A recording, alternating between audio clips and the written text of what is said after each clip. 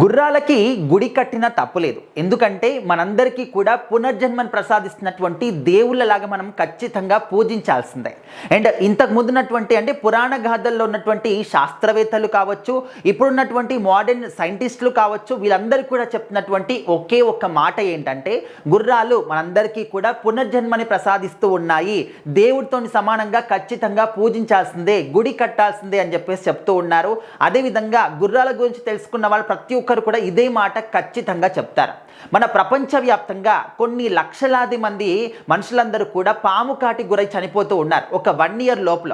అయితే మన భారతదేశంలో కూడా ప్రపంచవ్యాప్తంగా లక్షలాది మంది చనిపోతే మన భారతదేశంలో కూడా వేలాది మంది పాము కాటి గురై చనిపోతూ ఉన్నారు. సో మరి దానికి విరుగుడు ఏంటి? పాము కరిచినప్పుడు ఆ వ్యక్తికి యాంటీ స్నేక్ వేనం కావాలి అంటే దాన్ని ఎక్కడి నుంచి తయారు చేస్తారు, ఎక్కడి నుంచి ఇన్స్టాల్ చేస్తారు, దాని గురించి తెలుసుకోవాలి అంటే ముందుగా గుర్రాల గురించి మనం తెలుసుకోవాలి. ఎందుకంటే గుర్రాల నుంచే ఆ ఒక యాంటీ స్నేక్ వేనం అనేది తయారు చేస్తారు కాబట్టి.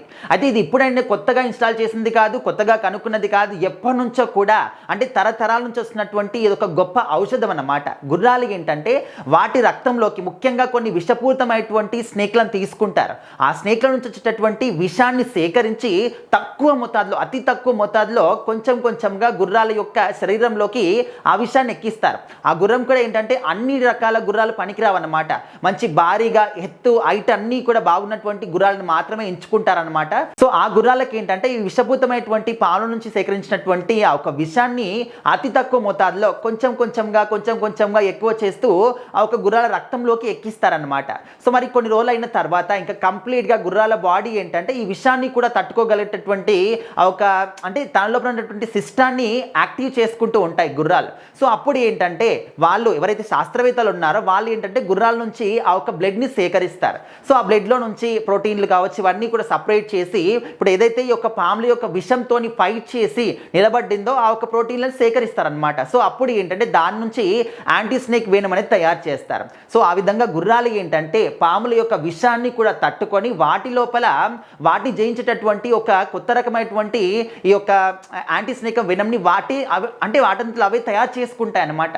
సో దాన్ని తీసుకొని ఇప్పుడు ఎక్కడైతే పాము కాటు గురవుతూ ఉన్నారో సో వాటిని ఏంటంటే హాస్పిటల్కి సప్లై చేయడం కావచ్చు ఇవన్నీ కూడా చేస్తూ ఉంటారు. సో ఆ విధంగానే సో గుర్రానికైతే గుడి కట్టినా కూడా తప్పు లేదు, పునర్జన్మ ప్రసాదిస్తూ ఉన్నాయి కొన్ని లక్షలాది మందికి అని చెప్పేసి చాలా మంది కూడా శాస్త్రవేత్తలు చెప్తూ ఉంటారు. సో అదే విషయం అన్నమాట.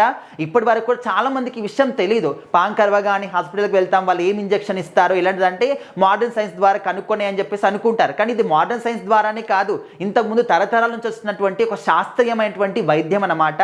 సో ఆ విధంగా గుర్రాలను అయితే చాలా మంది కూడా దేవుళ్ళలాగా పూజిస్తూ ఉంటారు. ఎందుకు అనుకుంటాం. సో ఇలాంటి చాలా మటుకు రీజన్స్ ఉన్నాయి కాబట్టి అవి ఇంట్లోకి వచ్చినా కూడా అదృష్టం అని చెప్పేసి చాలా మంది భావిస్తూ ఉంటారు.